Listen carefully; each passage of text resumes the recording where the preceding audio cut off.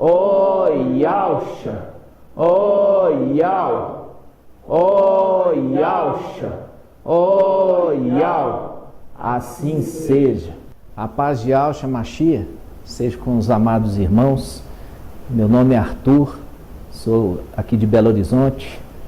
Queria contar um pouquinho mais a respeito da nossa história, primeiramente da minha história. Eu nasci em Santo André, São Paulo. Eu hoje entendo grande parte da minha caminhada era direcionada por Yauxa Mashiach.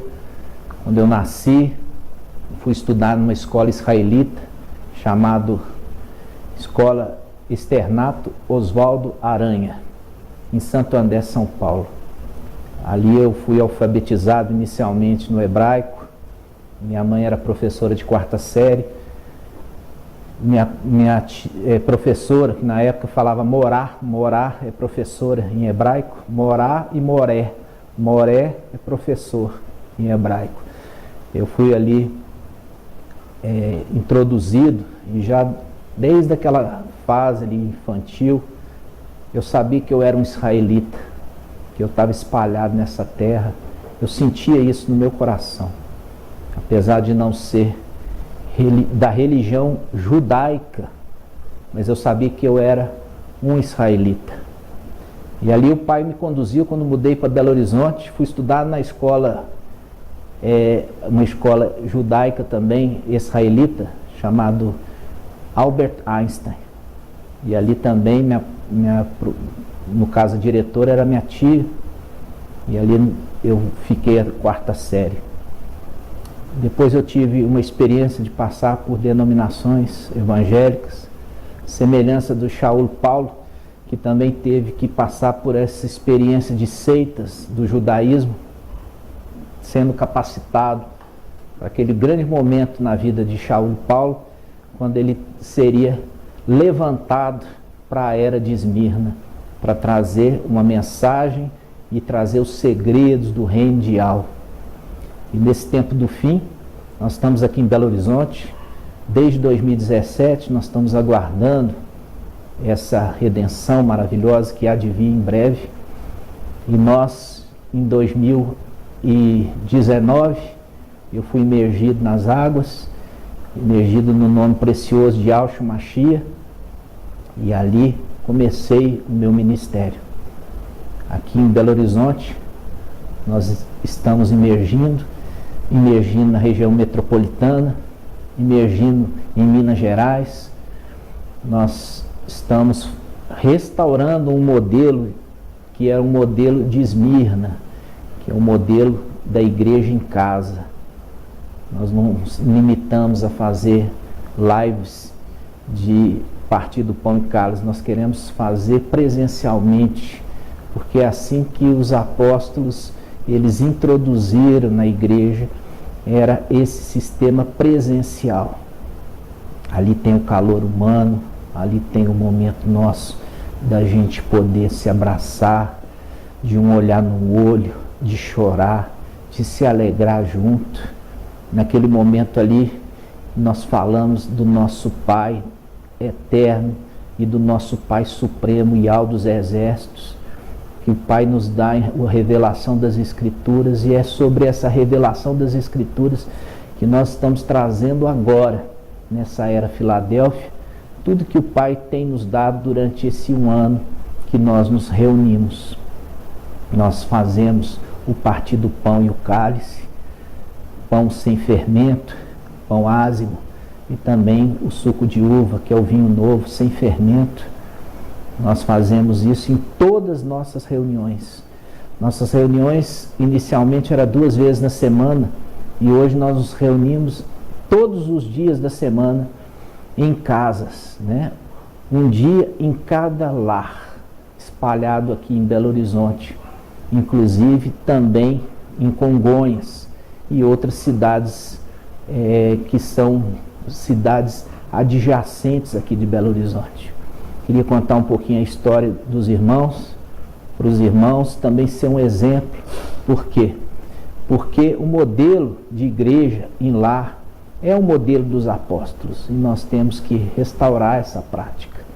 Nós não reunimos em templos humanos, mas reunimos nos lares. E a palavra fala que nós sejamos hospitaleiros, porque muitos hospedaram anjos sem saber. E é essa era que nós estamos vivendo. Muitos estão tendo a oportunidade de hospedar anjos.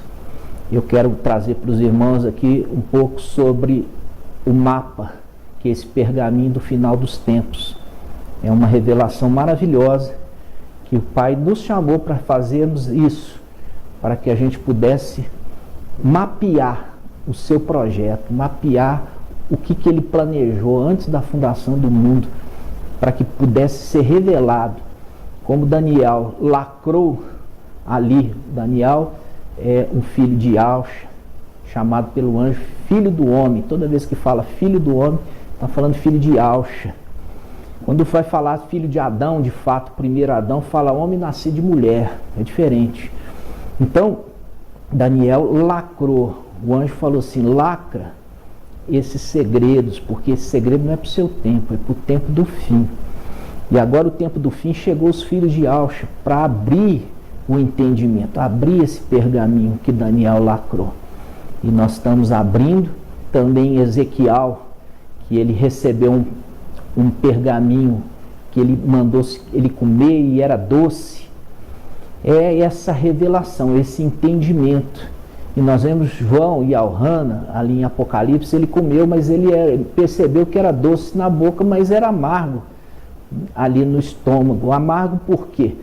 Porque ele sabia que muitos vão buscar o entendimento desse pergaminho, vai ser na tribulação. E por isso é amargo no estômago, porque cai ali e eles entendem o tempo que eles estão passando, e era o tempo de sofrimento e um tempo que parece não ter fim. Eu queria que os irmãos se dedicassem ao estudo desse material, porque vocês vão crescer em graça e conhecimento. Não basta simplesmente o resgate dos nomes verdadeiros, não basta simplesmente o resgate do partido pão e cálice, de sair da trindade, de refutar a hierarquia de igreja. É muito mais do que isso, irmãos. Isso é rudimento básico, isso é leite elementar. Nós temos que comer um alimento sólido, alimento que Yahshua Mashiach preparou para nós nesse final dos tempos. Eu queria mostrar rapidamente aqui esse estudo. Essas são muita revelação, é muito entendimento. E eu peço aos irmãos, eu vou estar a partir de agora nesse canal no YouTube, trazendo para vocês estudos impactantes, para a gente poder, para que todos possam chegar no pleno conhecimento da verdade. O pleno conhecimento da verdade com o maná que nós temos colhido em porção dobrada. Isso também está sendo compartilhado com os irmãos. Vamos lá. Aqui nós temos essa primeira coluna horizontal, as semanas, né? E as semanas correspondem aos dias da semana e o sábado, no qual a sexta-feira ela cai na era Filadélfia, e Filadélfia come uma porção dobrada, diferente de Sardes, que come uma porção unitária. Aqui nós temos Laodiceia, que não desce o maná, que é a representação de sábado. Com isso, Filadélfia está preparando esse alimento para deixar para Laodiceia, né? Laodiceia, ela não vai ter um alimento ali descendo sobre eles, mas Filadélfia preparou o alimento. É assim também os israelitas, quando os israelitas eles colhiam, né, na sexta-feira, e no sábado o alimento não estava estragado. Qualquer outro dia da semana que ele colhia, o alimento no dia seguinte estava estragado, mas na era de Filadélfia, que é sexta-feira, o alimento não vai se estragar e vai servir muito para os irmãos de Laodiceia. Aqui nós vemos cada uma dessas colunas, inclusive o resgate dos nomes verdadeiros, o invocar, né? Nós devemos invocar primeiramente a Yahshua, Por que Yahshua? Porque Yahshua, ele é o mediador da nova aliança. Ninguém chega a Yahshua senão por Yahshua. Por isso nós invocamos Yahshua primeiro, como mediador, sendo obediente às Escrituras, né, irmãos? Aqui nós temos um pouco do estudo, todo esse estudo nós vamos estar compartilhando com os irmãos, inclusive da era de Éfeso. A era de Éfeso, nós vamos falar sobre quem é o mensageiro de Éfeso, nós vamos falar o que ela errou para ter sido repreendida, né? Nós vamos ver que ali o candelabro vai ser tirado do lugar de Éfeso, vai transferir para outro, como uma representação da Arca da Aliança que ficou por um período, né? E depois foi transferida, por quê? Porque o sacerdote Eli não foi fiel diante com seus filhos.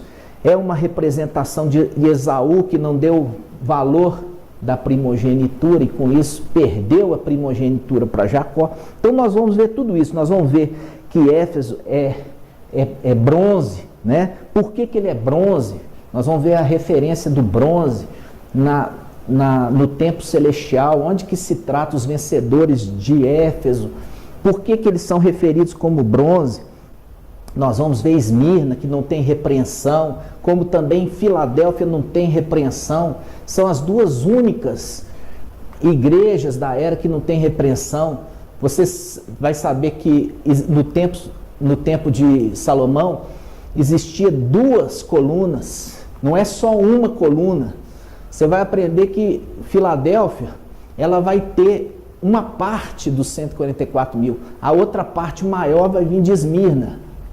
Ok? Vocês vão entender isso. Esmirna tem promessa de coroa, assim como Filadélfia fala para ele reter o que tem, para que ninguém tome a coroa, diferente de Esmirna, que está conquistando agora. Nós vamos entender por que Filadélfia, ela tem a coroa e está lá guardada. Nós vamos entender o que é ser filho de Yahshua, o que é filho de Adão. Nós vamos ver as demais eras. Nós vamos ver que Sardes tem um grupo que mantém vestes brancas. Essas vestes brancas são vestes sacerdotais. Nós temos muito, irmãos, muito para aprender. Inclusive na era de Laodiceia, a representação do Nazireu.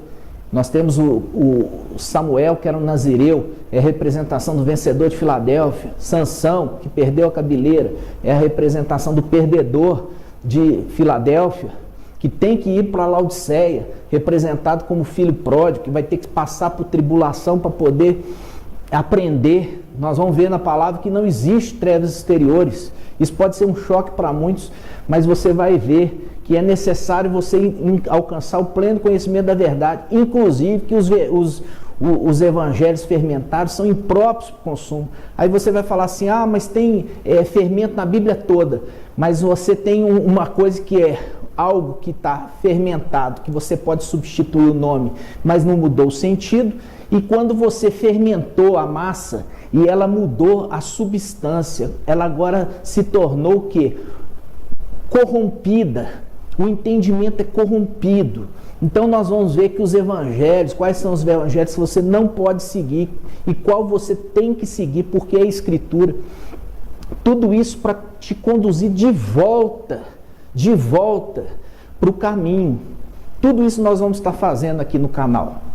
Assim seja, eu vou mostrar inclusive para os irmãos a representação dessas pedras. Essas pedras que estão no peitoral do sumo sacerdote. Quem são essas pedras? Quem que eles representam, essas pedras? Entendeu? Tudo tem um simbolismo. No ombro existem as pedras ônix, são duas. Vocês vão entender o que é essa representação dessas duas pedras ônix. Você entender que Esmirna é uma representação de Lia, a esposa que era desprezada. Filadélfia é a representação de Raquel, que teve envolvimento com idolatria, mas foi liberta. Esse é uma representação de Filadélfia. Nós vamos ver que gerou poucos filhos. É uma esposa amada, que gerou também um filho predileto, José. Diferente de Esmirna. Nós vamos ver a diferença de Esmirna e de Filadélfia. Nós vamos ver muitas verdades, irmãos. Mas é muita coisa. Então eu peço aos irmãos, nós vamos devagar. Nós vamos estar lançando vídeos toda semana pelo menos 2 ou 3 vezes na semana, e eu peço que os irmãos ouçam, porque o alimento sólido chegou. O alimento sólido de Filadélfia chegou, irmãos. Chega do leite, chega dos rudimentos básicos. Agora é o momento de você aprofundar no entendimento para você se tornar o quê? Perfeito varão, que cresceu em graça e em estatura. Ok? Assim seja. A paz de Yahshua Mashiach seja com todos os amados irmãos. Assim seja. Graças a Yahshua, graças a Yahweh, graças a Yahshua, graças a Yahweh, graças a Yahshua, graças a Yahweh. Assim seja.